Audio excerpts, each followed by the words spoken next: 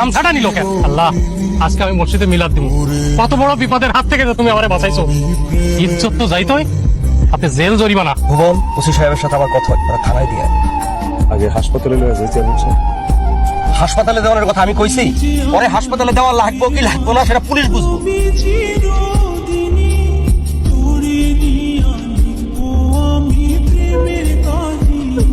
আমার মাইয়ার আমি চিকিৎসা করো।